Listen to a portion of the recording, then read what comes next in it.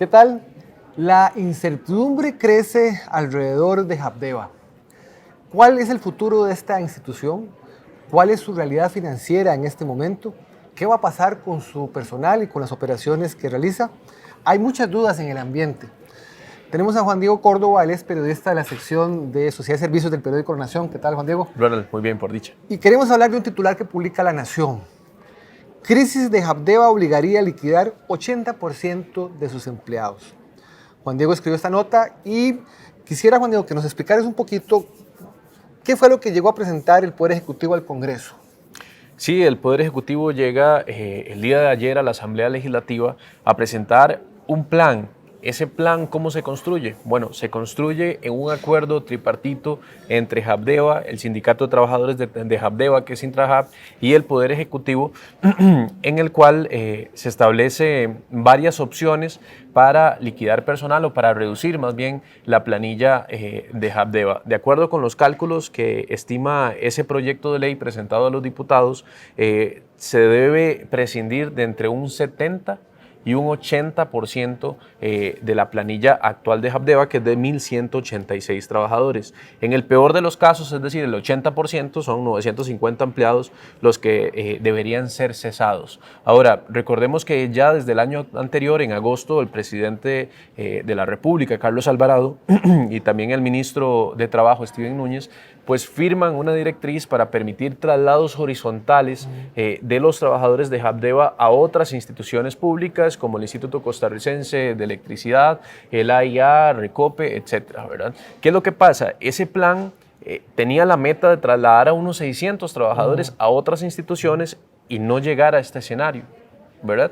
Lo que pasa es que menos de 10 personas hasta el momento se han acogido a esos traslados horizontales, por lo cual ahora Habdeba va a tener que empezar a tener o a ofrecer alguna de estas dos opciones adicionales, que además tendrán que contar con el aval de los diputados de la Asamblea Legislativa. No es algo que ya de por sí la Junta de Administración Portuaria puede ofrecer a sus trabajadores. Juan Diego, ¿y por qué es necesario liquidar hasta un 80% de la planilla de Habdeba? ¿Vos puedes explicarnos un poquito?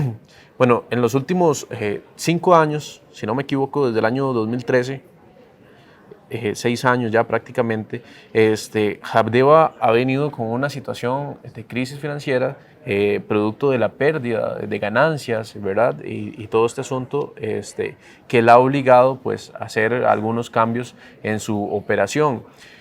Esta situación se acrecenta a raíz de la entrada en operaciones de la terminal de contenedores de Moín, el megapuerto que fue concesionado a APM Terminals.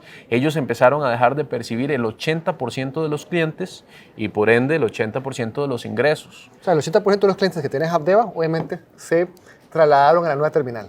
Exacto, se trasladaron a la nueva terminal, entonces Habdeba deja de percibir esos ingresos con la misma planilla, que se suponía que para ese entonces, para febrero 28, cuando la terminal de contenedores de Moín ya entraba en operación, la planilla de Habdeba tenía que haberse reducido drásticamente y no se hizo.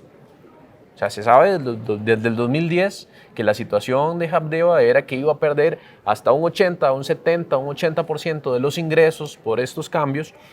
Sin embargo, no se tomaron previsiones en cuanto a reducir la planilla, ni tampoco a buscar nuevos negocios. Entonces, la situación que se enfrentan ahorita es que no tienen presupuesto, no tienen ingresos y ahorita pues prácticamente están sobreviviendo también con las medidas temporales, por decirlo así, que se han tomado por las fallas eléctricas en el megapuerto. Juan Diego, esta también es la primera vez que escucho yo al gobierno dando cifras sobre la realidad financiera de Habdeba. Ayer te comentaba la presidenta ejecutiva algunos números sobre el costo de la planilla versus los ingresos que está recibiendo la institución en este momento y lo que se ocuparía para poder subsistir en los próximos meses. ¿Cómo están esos números, Juan Diego?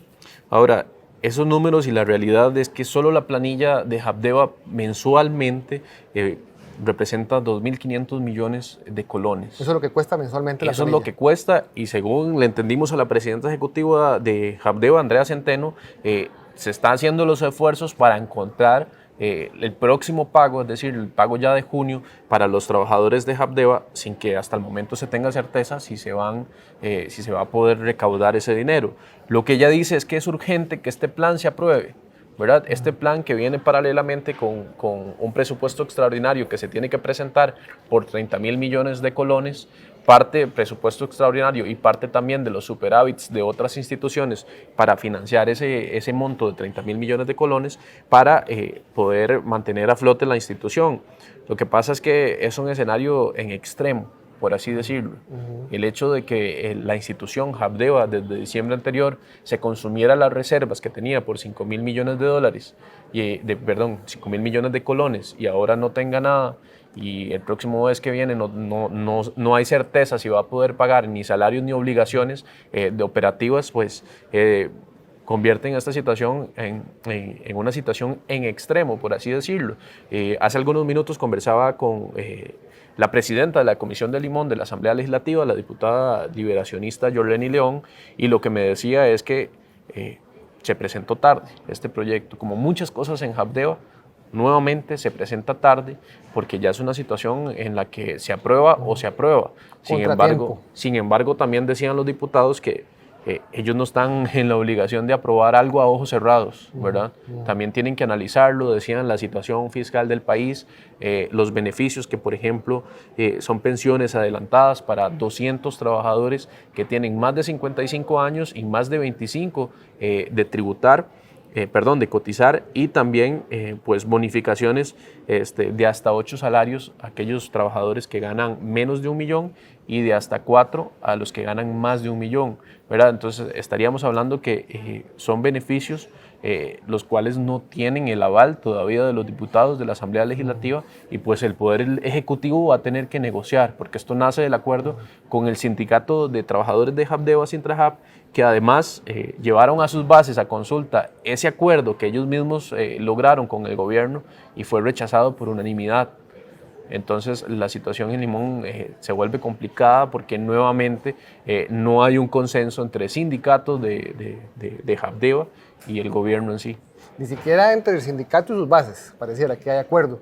Exacto. Ahora, entonces, Juan Diego, recapitulando, el gobierno, el Poder Ejecutivo presenta un proyecto al Congreso, un proyecto de reestructuración de Habdeba, con la intención de reducir el tamaño de la institución, de reducir su planilla a un 20% de su planilla actual. Este proyecto plantea 3 escenarios o 3 posibles beneficios. La posibilidad de la movilidad horizontal a otra institución. Que ya está vigente. O sea, la retoma. La posibilidad de una pensión anticipada y la posibilidad de una especie como de bono, de incentivo también por además liquidación. De la liquidación, sí, además de la liquidación que el gobierno ya garantizó que evidentemente pues tiene que cumplir con esos derechos laborales de trabajadores, ¿verdad? El proyecto se presenta en momentos en que el Ministerio de Hacienda, la ministra de Hacienda, Rocío Aguilar, nos dice también que no hay plata, no hay más plata para cubrir el déficit que hay de ingresos en la institución. También nos hablan de un presupuesto extraordinario que viene por 30.000 millones de colones con la idea de cubrir 3 meses de operación de Habdeba. Todo esto llega al Congreso en horas de la noche. Los diputados reciben la noticia y van a tener entonces que empezar a evaluar los escenarios. Como decís vos, como que todo llega en un momento, en un solo momento, ¿verdad? Y de golpe al Congreso. Además, después de haber aprobado los eurobonos, ¿verdad? Después de haber aprobado el proyecto de eurobonos. Eso es un tema también bueno, dictaminado. Dictaminado, sí. Ahora, una consulta adicional, Juan Diego, para ir terminando. Todo esto también va enlazado con un acuerdo que se tomó en la mesa del Caribe, ¿verdad? Donde se anunciaron una serie de proyectos también para reactivar Limón. Pero son proyectos de mediano y largo plazo. Por ejemplo, se habla de la posibilidad de hacer remodelaciones en los muelles cruceros, de construir una nueva marina o una marina en Limón, además de una plataforma para lo que es el almacenaje temporal de contenedores. Pero estamos hablando de proyectos de largo plazo o mediano plazo. Que estarían, según el gobierno, al año 2022, cuando entregue la administración, ¿verdad? La pregunta que todavía no contesta el gobierno es, mientras tanto, ¿qué va a hacer Habdeba? Si se mantiene con el 20% de su planilla, si logran la meta de reducir su personal, qué va a pasar con la gente que va a quedar en Habdeba, a qué se van a dedicar. No ha aclarado el gobierno ese aspecto, ¿verdad? Ahora bien, recordemos que Habdeba tiene dos muelles, el de Limón y el de Moín. El de Limón pues, se encarga de atender a los cruceros que llegan a esa zona, que para Habdeba, según la nueva presidenta ejecutiva de Habdeba, pues es prioridad del turismo en Limón. Entonces hay personal que se va a mantener en esa terminal, por así decirlo. Y también Habdeba, recordemos que tiene una extensión social de programas de atención a la provincia caribeña. Sin embargo, si lo vemos por esta parte, la Contraloría General de la República también ha señalado que esa extensión social de Habdeba es ineficiente. Entonces uno se pregunta, ¿verdad?, también cuál va a ser el futuro de Habdeba si ahorita no está atendiendo buques o los está atendiendo pero de forma temporal, y tampoco pues su extensión social pues ha sido la más brillante, por lo menos en los últimos años, según lo ha reconocido y lo ha señalado también la propia Contraloría General de la República.